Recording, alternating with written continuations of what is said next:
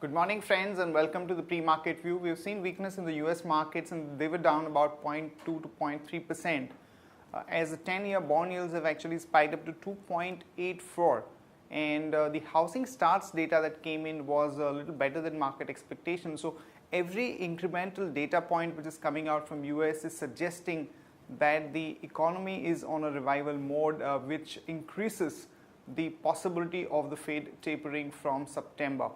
European markets too were up anywhere from about 0.25 to almost about 1.25%. No major data points from Eurozone. And when we look at the Asian markets today morning, Nikkei opened up weak, but it's recovering a bit, and now it's up almost about 0.2%. It opened with a negative bias of about 0.25%.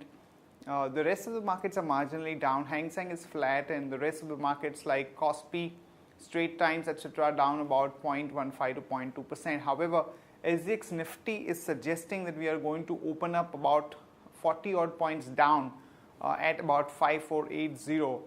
Remember, friends, on Friday we had a major carnage with Sensex losing more than 700 points and Nifty losing more than 200 points, and majority of the stocks and sectors were down. Particularly the affected was the banking sector, where most of the stocks were down about 5 to 7%. So definitely the bias for our market continues to be negative. We are somewhere close to important support levels of about 5450, 5500. So if those levels are taken out, definitely there is a possibility of a further downside to about 5200. That's what the technical indicators are looking like. And the rupee, which actually was reflecting weakness for the past about few months, after every incremental step that the RBI is taking, actually rupee is going down, and it touched a level of 62 and closed at about 61.65. So it remains to be seen where exactly the rupee will find some kind of a support, but overall bias there again is clearly negative. On that note, let me invite Shaival to take us through important F&O cues, data and strategies that we can have in the F&O markets. Good morning, friends. Let's have a view at derivatives. The Friday's carnage can be associated to selling in the futures and options segment by the FIs, and also we have seen some aggressive short positions being created in the market for second consecutive day. Now the PCR ratio has slipped below 1 and is at 0.98, and we have also seen the same on the option matrix. From 5,600 put option, this focus have shifted towards 5,500, 5,400 and 5,300 put option. Whereas on the call side, 5,600 and 700 call option stands with the highest number of shares in the open interest. SGX Nifty has been suggesting an negative opening, so overall bias for the market is negative, and on lower side 5,400 can be eyed. A weekly VWAP is at 5,600. On downside, the lower range would be 5,400 and on higher side it would be 5,600. From intraday perspective, ACC is looking weak, so one can go short with stop loss of 1174.20. Thank you.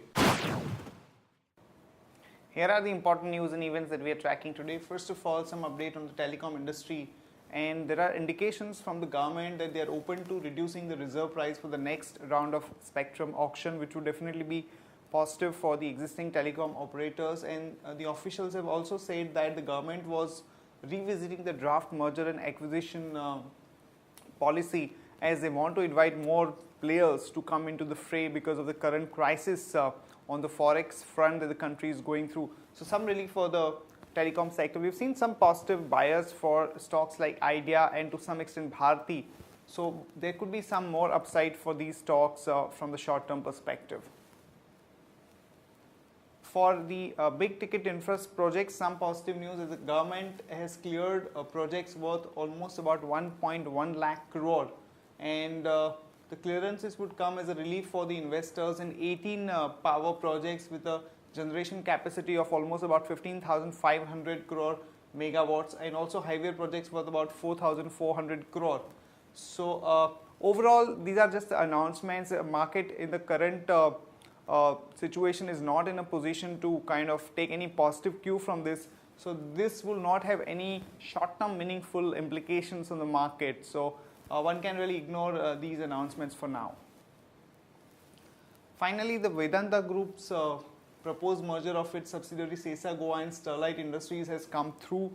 So definitely there could be some positive bias, but overall, given the current sentiment of the market, there may not be a immediate short-term positive uptick in these stocks. And in another important development, FMC, the Forward Market Commission, has okayed the NSCL settlement plan. Remember friends that there is a lot of uncertainty about whether the investors will get their money back from this NSCL crisis. Though some of the investors who have met Jignesh Shah, the CEO of Financial Technology, that they might really get it, but given the current situation in terms of the repayment plan that has been forwarded by NSCL, there is a very little confidence that the investors have. Reliance Power, some positive news as the company has got a grant of execution from the appellate tribunal on a dispute relating to the commissioning of the Sasan Ultra Mega Power project. So some positive news for Reliance Power on that front. And since there has been a relaxation in the SEZ norms, HTIL, which is going through a lot of strain on its balance sheet because of the high debt, has decided to develop its Kochi Special Economic Zone, which is spread across about 70 acres of land. So some relief coming in for HDIL. Coming to the company specific news, Strides Accolab, the US based Mylan Inc.'s about 9,920 crore foreign direct investment has got final go ahead from the ministry with some riders, of course. So one can go long on Strides with a stop loss of 780 and a target of about 821 to about 836. Titan Industries, some negative developments as the gold prices have touched a high of almost about 31,000 per ounce and jewelers are expecting about 20 to 30% fall in the business because of the high gold and silver prices, coupled with the fact that the rupee has depreciated. So the domestic prices of gold and silver have shot up, which is not a great news for the jewelry company. So one can short Titan with the stop loss of 245 and a target of about 232 to about 227.